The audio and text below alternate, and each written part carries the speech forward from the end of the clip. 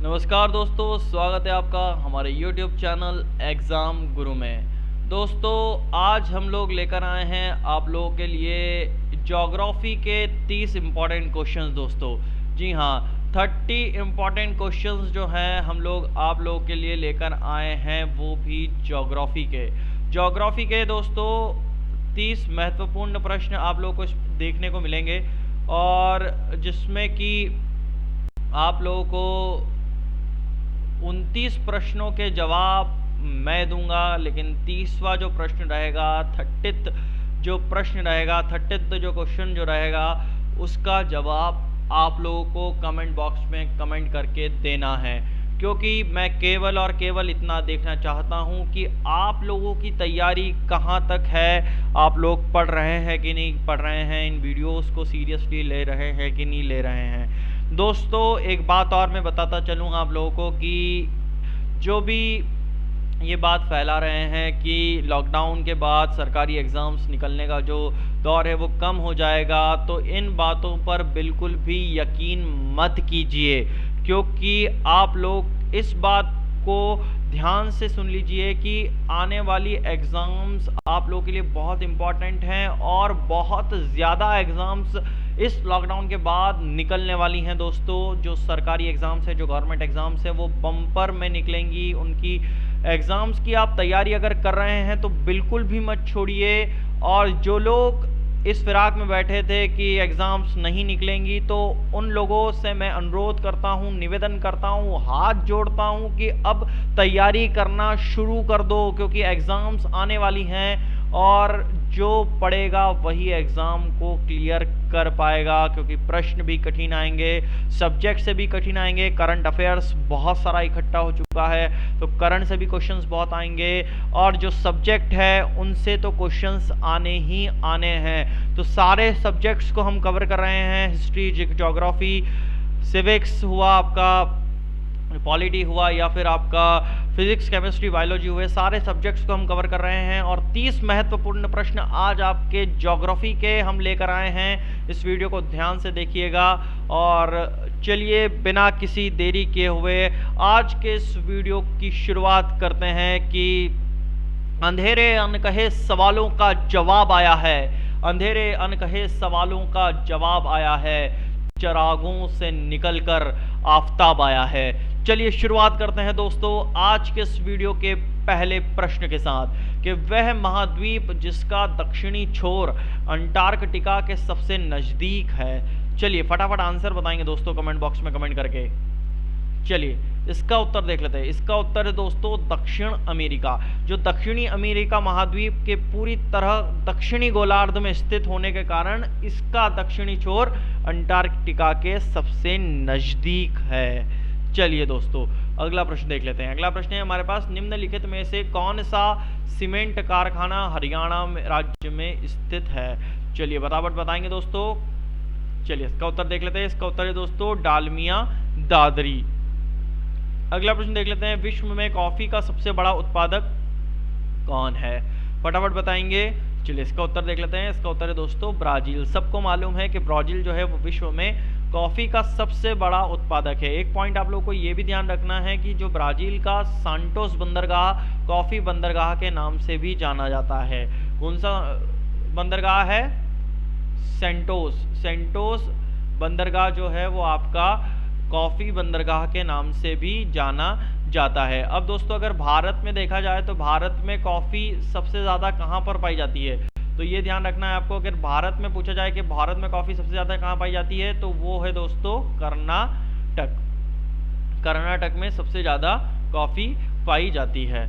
चलिए दोस्तों अगला प्रश्न देख लेते हैं। अगला प्रश्न हमारे पास, सबसे ठंडा ग्रह किसे कहा जाता है। फटाफट आंसर बताएंगे दोस्तों कमेंट बॉक्स में। सबसे ठंडा ग्रह जो है वो आपका प्लूटो कहलाता है। जो जिसका मतलब आपका जो तापमान जो रहेगा वो आपका 220 डिग्री सेल्सियस के समथिंग होता है, जो आपका तापमान रहता है। और वर्तमान में जो प्लूटो को बोने ग्रह की श्रेणी में डाल दिया गया है, मतलब प्लूटो को एक तरीके से सोलर सिस्टम में ग्रहों की श्रेणी में आता ही नहीं अगर कहा जाए तो। चलिए दोस्तों अगला प्रश्न देख लेते हैं। अगला प्रश्न है हमारे पास, पोंग बांध का निर्माण निम्न में से किस नदी पर किया गया है? चलिए फटाफट आंसर बताएंगे दोस्तों कमेंट बॉक्स में। चलिए इसका उत्तर देख लेते हैं। इसका उत्तर है व्यास, व्यास नदी पे किया गया है। चलिए अगला प्रश्न देख लेते हैं। अगला प्रश्न हमारे पास, कौन सौर परिवार में नहीं होते हैं? कौन सौर परिवार में नहीं होते हैं? चलिए इसका उत्तर देख लेते हैं। इसका उत्तर है दोस्तों तारे। तारे जो है वो आपका सौर परिवार में नहीं होते हैं। वातावरण में कौन सी गैस पर पराबैंगनी किरणों का अवशोषण करती है? चलिए फटाफट आंसर बताएंगे कमेंट बॉक्स में कमेंट करके। चलिए इसका उत्तर देख लेते हैं। इसका उत्तर है दोस्तों ओजोन। चलिए अगला प्रश्न देख लेते हैं। अगला प्रश्न हमारे पास, पृथ्वी की अपनी कक्षा में गति कितनी होती है? चलिए इसका उत्तर देख लेते हैं। इसका उत्तर है दोस्तों पश्चिम से पूर्व। जो पृथ्वी अपनी कक्षा यानी कि अपनी एक्सिस, अपनी क्लास में जो घूमती है तो वो कब से कहाँ घूमती है? वो वेस्ट टू ईस्ट घूमती है, यानी कि पश्चिम से पूर्व घूमती है दोस्तों। चलिए अगला प्रश्न देख लेते हैं। निम्न में से बिजली का नवीकरणीय संसाधन क्या है? फटाफट आंसर बताएंगे दोस्तों कमेंट बॉक्स में कमेंट करके। चलिए इसका उत्तर देख लेते हैं। इसका उत्तर जो है वो आपका पानी है। पानी बिजली का नवीकरणीय संसाधन है। जो आपको बिजली कहाँ से बनती है? वो आपकी जो है वो आप पानी से ही बनती है दोस्तों। अब एक पॉइंट आपको ये भी ध्यान रखना है इसमें कि जो कोयला पेट्रोलियम है, प्राकृतिक गैस जो है आपकी नेचुरल गैस जो है वो पारंपरिक जो ऊर्जा का स्रोत जो कहलाता है वो कहलाता है कोयला पेट्रोलियम। जो आपका कोल पेट्रोलियम है वहाँ से आप नेचुरल गैस या फिर पारंपरिक ऊर्जा जो है वहाँ से ले सकते हैं। चलिए दोस्तों अगला प्रश्न देख लेते हैं। अगला प्रश्न हमारे पास, प्राकृतिक बांध को जो उच्च घाटी में पाए जाते हैं उसे क्या कहते हैं? फटाफट आंसर बताएंगे दोस्तों कमेंट बॉक्स में। चलिए इसका उत्तर देख लेते हैं दोस्तों। इसका उत्तर है तटबंध। जो प्राकृतिक बांध में उच्च घाटी में पाए जाते हैं उसे जो है वो तटबंध कहते हैं दोस्तों। भारत में जो शिव सुंदरम बांध है वो प्रथम बांध है। अगर पूछा जाए आपसे कि जो भारत में सबसे पहला बांध जो है वो कौन सा है, तो वो है आपका शिव सुंदरम बांध, जिसमें बिजली उत्पादन शुरू हुआ था 1904 में। ध्यान रखना है आपको। सबसे अगर पूछा जाए कि भारत में सबसे पहला बांध जो है वो आपका कौन सा बांध है, तो ये आप लोगों को ध्यान रखना है, वो है आपका शिव सुंदरम बांध। शिव सुंदरम बांध जो है वो है, और वो उसमें सबसे पहले बिजली उत्पादन का काम जो सबसे पहले कब चालू हुआ था, वो हुआ था 1904 में। चलिए अगला प्रश्न देख लेते हैं। अगला प्रश्न हमारे पास, संसार में सबसे अधिक सक्रिय ज्वालामुखी कहाँ है? फटाफट बताएंगे। सबसे अधिक सक्रिय ज्वालामुखी जो है वो कहाँ है? वो है प्रशांत महासागर में। चलिए दोस्तों अगला प्रश्न देख लेते हैं। निम्न में से कौन सी ठंडी महासागरीय धारा नहीं है? फटाफट आंसर बताएंगे कमेंट बॉक्स में। चलिए इसका उत्तर देख लेते हैं। इसका उत्तर है दोस्तों यूरोशिया। चलिए अगला प्रश्न देख लेते हैं। अगला प्रश्न हमारे पास, मेरियाना खाई किस महासागर तल में स्थित है? चलिए फटाफट आंसर बताएंगे दोस्तों कमेंट बॉक्स में कमेंट करके। चलिए इसका उत्तर देख लेते हैं। इसका उत्तर है दोस्तों पश्चिम प्रशांत महासागर में।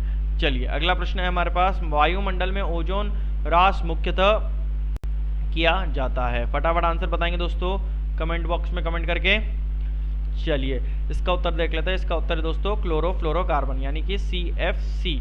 जो आपका ओजोन मंडल की ऊंचाई के साथ तापमान बढ़ता जाता है, प्रति 1 किलोमीटर की ऊंचाई पर तापमान में 5 डिग्री की वृद्धि होती है। ये आपको बहुत ही इंपॉर्टेंट पॉइंट है जो कि ध्यान रखना है कि प्रति 1 किलोमीटर की जब ऊंचाई बढ़ती है तब आपका 5 डिग्री डिग्री सेल्सियस जो है उसकी वृद्धि होती है। चलिए अगला प्रश्न देख लेते हैं। अगला प्रश्न हमारे पास मनीला है। मनीला क्या है? फटाफट आंसर बताएंगे दोस्तों कमेंट बॉक्स में।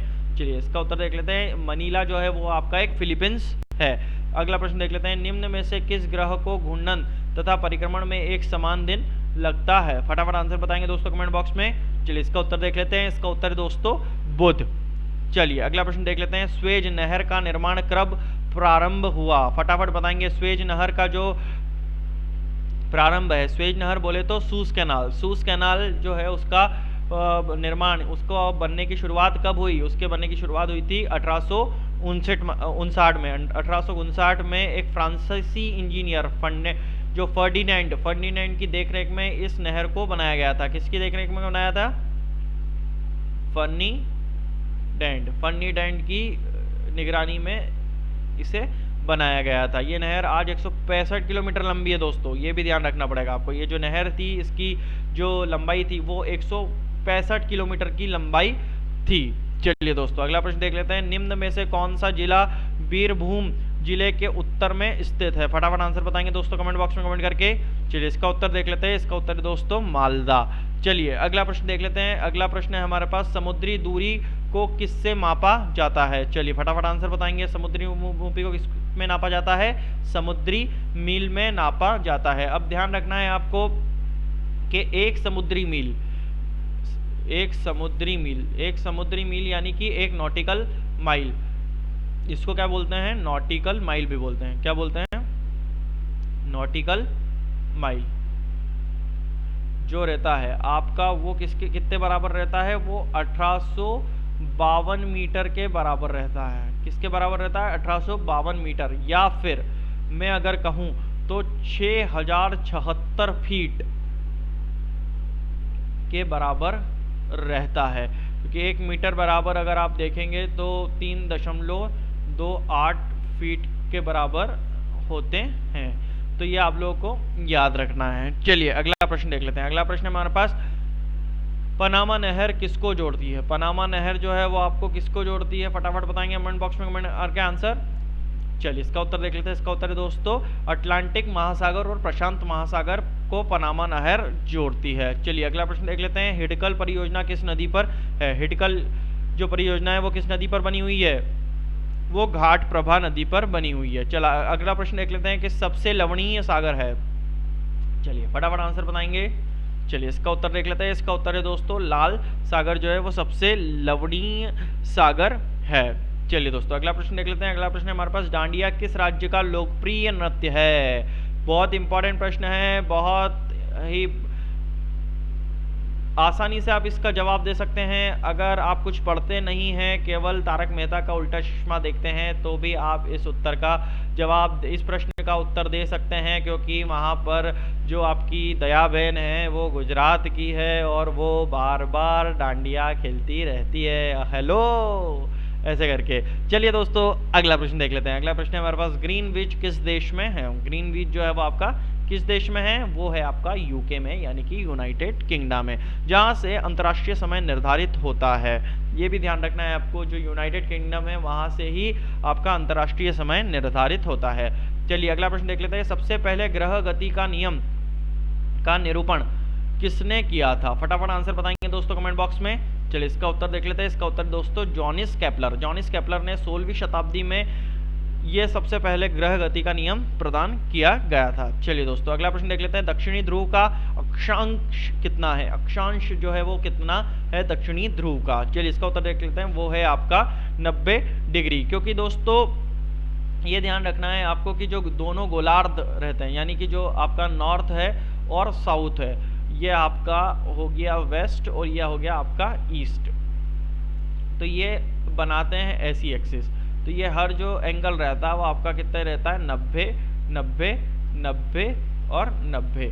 ये 90 90 का बनाता है। और ये जो दोनों पूरा बनाते हैं वो बनाते हैं 180 का, जो कि पूरा गोलार्ध बनता है। और इन सबको पूरा को मिला दें तो 360 डिग्री का एक पूरा सर्कल कंप्लीट हो जाता है। चलिए दोस्तों अगला प्रश्न देख लेते हैं। अगला प्रश्न हमारे भारत में निम्न में से किस क्षेत्र में लोहे और कोयले के सर्वाधिक भंडार होते हैं? फटाफट आंसर बताएंगे दोस्तों कमेंट बॉक्स में कमेंट करके।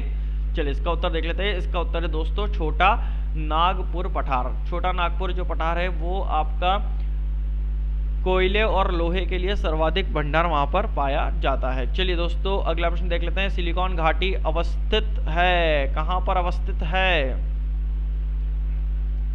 चलिए इसका उत्तर देख लेते हैं। कैलिफोर्निया में। कैलिफोर्निया में सिलिकॉन घाटी अवस्थित है। चलिए अगला प्रश्न देख लेते हैं। विश्व की सर्वोत्तम कपास की किस्म को क्या कहा जाता है? फटाफट आंसर बताएंगे दोस्तों कमेंट बॉक्स में कमेंट करके। चलिए इसका उत्तर देख लेते हैं। इसका उत्तर है दोस्तों सी आइलैंड। सी आइलैंड जो है वो आपका सबसे विश्व की सर्वोत्तम कपास की किस प्रकार की जो किस्म की जो कपास रहती है वो आपकी सी आइलैंड पर बहुत अच्छी मिलती है। चलिए दोस्तों आज के इस वीडियो का आखिरी प्रश्न, और आखिरी प्रश्न है, इसलिए आप लोगों की जवाबदारी ज़्यादा बढ़ जाती है और इस वीडियो का प्रश्न, इस वीडियो के आखिरी प्रश्न का उत्तर जो है वो आप लोगों को देना है। निम्नलिखित में से किसे द्वितीयक प्रदूषक कहा जाता है? सेकेंडरी पॉल्यूटेंट किसे कहा जाता है? इसका आंसर आप लोगों को कमेंट बॉक्स में देना है। मैं फिर रिपीट कर रहा हूँ, मैं केवल और केवल बस ये इसीलिए कर रहा हूँ कि आप लोग ध्यान से पढ़ें, आप लोग अपनी जवाबदारी को समझें, और इससे पता लगेगा कि आप लोगों की तैयारी कितनी चल रही है। कमेंट बॉक्स में कमेंट करके इस वीडियो के आखिरी प्रश्न का उत्तर आप लोगों को ज़रूर देना है, और ये तय करेगा कि आप लोग एग्ज़ाम निकाल पाएंगे कि नहीं निकाल पाएंगे। एक बार मैं फिर प्रश्न रिपीट कर देता हूँ कि निम्नलिखित में से किसे द्वितीयक प्रदूषक कहा जाता है? चलिए दोस्तों, इस प्रश्न का उत्तर ज़रूर दीजिएगा। मैं विदा लेता हूं आपसे, लेकिन उससे पहले अगर आपने चैनल को सब्सक्राइब नहीं किया हो तो फटाफट से चैनल को सब्सक्राइब कर दें, और अगर आपने वीडियो को लाइक नहीं किया हो तो एक वीडियो को लाइक, एक शेयर और एक कमेंट भी कर दें। चलिए दोस्तों, के सितारों को आंखों पर महफूज रख लो, बहुत दूर तक रात ही रात होगी। मुसाफिर हूं मैं भी, मुसाफिर हो तुम भी। अगले वीडियो में फिर मुलाकात होगी। तब तक के लिए जय हिंद, जय भारत।